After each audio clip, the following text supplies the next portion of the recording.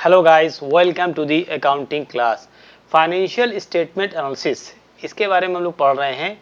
इसमें अगला टॉपिक जो आज का टॉपिक है वो है process of financial statement analysis. यानी फाइनेंशियल स्टेटमेंट एनालिसिस जो करते हैं वो स्टेप बाय स्टेप किस तरीके से करते हैं, तो उसके अंदर हम लोग देखेंगे कि इसके 4 स्टेजेस होते हैं। सबसे पहला होता है रीअरेंजमेंट ऑफ फाइनेंशियल डेटा, उसके बाद हम लोग कंपेयर करते हैं यानी कंपैरिजन। तीसरा होता है एनालिसिस और चौथा है इंटरप्रिटेशन यानी कंक्लूजन। लास्ट में हम लोग बताएंगे कि आखिर ये जो हमने एनालिसिस किया है इसका रिजल्ट क्या निकलता है और इससे क्या कंक्लूड आप करते हैं। एक एक स्टेप को हम लोग डिटेल में देखेंगे, समझेंगे क्या है कैसे है। तो सबसे पहला जो स्टेप है रीअरेंजमेंट ऑफ फाइनेंशियल स्टेटमेंट।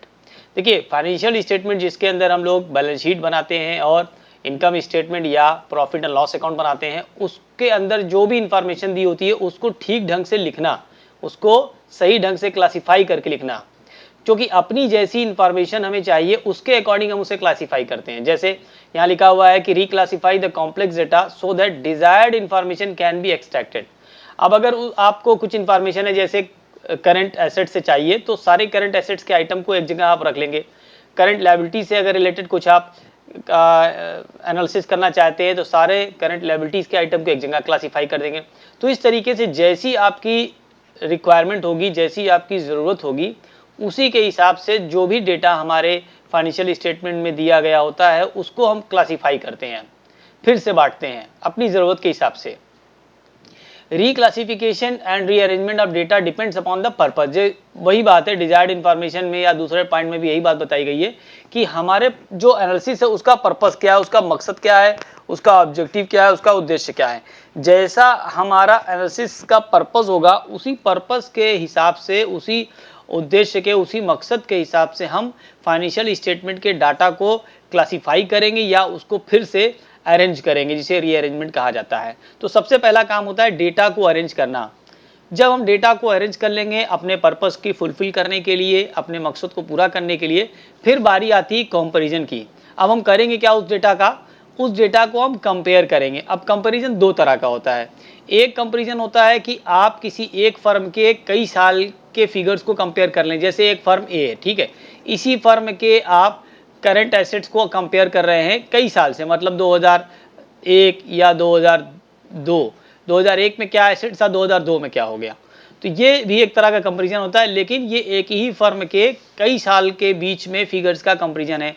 और इस तरीके से जो कंपैरिजन होता है उसको हम लोग टाइम सीरीज एनालिसिस कहते हैं, क्योंकि इसके अंदर टाइम एक सीरीज में बढ़ता है। हम 2 साल की जगह 3, 4, 5 साल या और ज़्यादा भी साल ले सकते हैं। 2 साल जैसे मैंने एग्जाम्पल के तौर पर आपको दिया है, 2 की जगह 3 साल ले लीजिए, 4 साल ले लीजिए, 5 साल ले लीजिए। इसी को आप आगे बढ़ाते जाएंगे तो ये एक तरह का ट्रेंड एनालिसिस भी कहलाता है। दूसरा कंपैरिजन होता है कि आप अपना कंपैरिजन किसी दूसरी फर्म से करें। जैसे आपकी फर्म ए और दूसरे एक फर्म है बी जो कि उसी इंडस्ट्री में है, तो अपना आप करंट एसेट किसी साल का बी के करंट एसेट से कंपेयर कर रहे हैं, अपनी आप करंट लायबिलिटी बी के करंट लायबिलिटी से कंपेयर कर रहे हैं, अपना आप लॉन्ग टर्म एसेट्स बी के लॉन्ग टर्म एसेट से कंपेयर कर रहे हैं। तो इस तरह का जो कंपैरिजन कहलाता है इसे क्रॉस सेक्शनल कंपैरिजन कहते हैं। और यानी ये दो सेक्शन का मतलब यहाँ फर्म से है या कंपनी से है, दो कंपनियों के बीच, दो फर्म के बीच में डेटा को कंपेयर करना क्रॉस सेक्शनल एनालिसिस कहलाता है। तो दो तरह से कंपैरिजन होता है, जैसी हमारी ज़रूरत होगी वैसा हम कंपैरिजन करेंगे। अगर फर्म खुद अपनी पोजीशन एनालाइज करना चाहता है कि वो पिछले साल के मुकाबले या पिछले 4 साल, 5 साल या 10 साल के दौरान वो किस तरीके से आगे बढ़ रहा है या पीछे बढ़ रहा है या घट रहा है, जो भी है अपने बारे में सिर्फ जानना है अगर, तो वो टाइम सीरीज एनालिसिस करेगा। अगर उसे अपने कंपटीटर यानी जो उसके साथ कंपटीटर है, दूसरी फर्म है, उसके साथ देखना है कि अपने आप को तुलना करना है, कंपेयर करना है कि हम उसके मुकाबले कहाँ पर हैं, हम उस कॉम्पिटिटिव फर्म से आगे जा रहे हैं या हम पीछे जा रहे हैं या हम उसके बराबर हैं।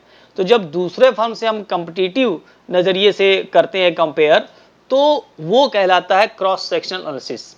जब हम इस तरीके से कंपैरिजन कर लेते हैं तो अब ये कंपैरेटिव जो डेटा है हमारे सामने, जो फाइनेंशियल डेटा, इसको एनालाइज करेंगे। ठीक है, अब एनालाइज क्या करेंगे, हम किसी न किसी, जैसा कि मैंने बताया शुरू में ही कि किसी न किसी पर्पस के तहत हम ये सब काम करते हैं। तो अब हमारा सबसे पहले डिसाइड होता है पर्पस, जिसके अंदर सबसे पहले मैंने बताया रीअरेंजमेंट, यानी फाइनेंशियल डेटा को आप अरेंज करते हो, शुरुआत से ही आपका पर्पस तय होना चाहिए कि जो आप एनालिसिस कर रहे हो या करने वाले हो वो क्यों कर रहे हो, क्या पता करना चाह रहे हो आप उससे। तो जब ये पर्पस क्लियर होगा तभी हम एनालिसिस कर पाएंगे। तो देखिए आपका पर्पस क्या हो सकता है, पर्पस ये हो सकता है कि आप अपने बिजनेस की प्रॉफिटेबिलिटी जानना चाहते हो, यानी प्रॉफिट अर्न करने की कैपेसिटी जानना चाहते हो, ये एक पर्पस हो सकता है। आपका पर्पस हो सकता है सॉल्वेंसी, यानी अपने लॉन्ग टर्म पेइंग कैपेसिटी जानना चाहते हो, या आपका पर्पस हो सकता है लिक्विडिटी यानी शॉर्ट टर्म पेइंग कैपेसिटी आप जानना चाहते हो, या मार्केट पर्सपेक्टिव, आपका मार्केट में क्या कंट्रीब्यूशन है, आपकी मार्केट में क्या पकड़ है, दूसरे फर्म के मुकाबले आपने मार्केट कितना कैप्चर कर रखा है, ये सारी चीज़ें भी एक पहलू हो सकता है। तो किस नज़रिए से, किस पहलू से आप अपने बिजनेस को या अपनी फर्म को एनालाइज करना चाहते हो, ये आप पर डिपेंड करेगा। अगर आप प्रॉफिटेबिलिटी एनालाइज करते हो तो आप प्रॉफिट वाले फैक्टर को लोगे, जैसे कि gross profit, net profit, operating profit, ये इन सारी चीज़ों को लोगे। अगर आप सॉल्वेंसी नज़रिए से अपने आप को देखना चाहते हो तो उसके अंदर आप लॉन्ग टर्म जो आपके लोन हैं उसको आप लोगे, लॉन्ग टर्म बैंक से लोन लोगे, या डिबेंचर जो आपने ले रखा है वो देखोगे, और आपके पास आपकी इक्विटी, आपका खुद की कैपिटल कितनी है वो देखोगे। तो ये आपका सॉल्वेंसी बताएगा। लिक्विडिटी के लिए आप देखोगे कि आपकी शॉर्ट टर्म एसेट कितनी है और शॉर्ट टर्म लायबिलिटी कितनी है, यानी करंट एसेट्स कितना है और करंट लायबिलिटी कितनी है, ये चीज़ को देखोगे। अगर आप मार्केट के नज़रिए से देखना चाहते हो तो आप देखोगे कि मार्केट में आपकी पकड़ क्या है, मार्केट में आपका शेयर क्या है, अर्निंग पर शेयर क्या हो रहा है, या और भी कोई सारे उसके अंदर रेशियोज निकाले जा सकते हैं। तो ये सारी चीज़ें डिपेंड करेगी कि आप किस नज़रिए से, किस पहलू से और किस मकसद से एनालाइज कर रहे हो और आप एनालिसिस में क्या चाहते हो। जब आप ये एनालिसिस कर लेंगे, मान लीजिए आप प्रॉफिटेबिलिटी के नज़रिए से आप एनालिसिस कर रहे हैं, तो आपके सामने कोई रिजल्ट आएगा फाइनल, जिसको हम लोग कहेंगे इंटरप्रिटेशन। अब आप इंटरप्रेट करोगे, अब आपका इंटरप्रिटेशन जो होगा वो इस एनालिसिस की पूरी तरह से व्याख्या होगी या एक्सप्लेनेशन होगा कि एनालिसिस करके आपने क्या पाया। जब आप एनालिसिस करते हैं तो आप ये पा सकते हैं एग्जाम्पल के तौर पे कि आपके बिजनेस की प्रॉफिटेबिलिटी दूसरे फर्म से अच्छी है, या उससे कुछ कम है, या उसी के बराबर है ऑलमोस्ट। आप ये भी इंटरप्रेट कर सकते हो कि आपके फर्म की प्रॉफिटेबिलिटी पूरी इंडस्ट्री के प्रॉफिटेबिलिटी से ज़्यादा है या पूरी इंडस्ट्री के प्रॉफिटेबिलिटी से कम है। मिसाल के तौर पे आपका फर्म ए जिसकी प्रॉफिटेबिलिटी, जिसे हम कह सकते हैं ग्रॉस प्रॉफिट रेशियो, अगर देखें जीपी रेशियो, ये है 20%, ठीक है, जबकि जो इंडस्ट्री है, पूरी इंडस्ट्री का जो परसेंटेज है वो है मसलन 15%। तो आप यहाँ पे ये इंटरप्रेट कर सकते हो कि भाई हमारी फर्म का जो ग्रॉस प्रॉफिट रेशियो है वो पूरे इंडस्ट्री से बेहतर है, यानी हम लोग ठीक ठाक प्रॉफिट कमा रहे हैं, जबकि इंडस्ट्री वो होती है जो आप जैसी और भी फर्में हैं। तो उन तमाम फर्मों का जो एवरेज प्रॉफिट अर्निंग रेशियो आ रहा है, ग्रॉस प्रॉफिट रेशियो, वो 15% आ रहा है, जबकि आपका 20% है। तो आप कह सकते हो कि I am at a better position, ये आपका इंटरप्रिटेशन होगा कि आपकी पोजीशन जो है बेटर पोजीशन पर है।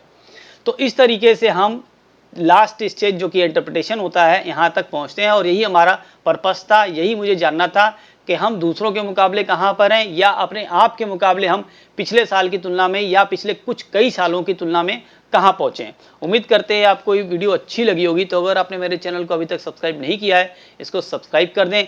वीडियो को अच्छा लगा हो तो आप लाइक और शेयर ज़रूर कर दें। कमेंट में लिख के बता सकते हैं कि आपको कौन सी और वीडियो चाहिए। अपना बहुत ख्याल रखिए, मिलते हैं अगली वीडियो में, तब तक के लिए गुड बाय।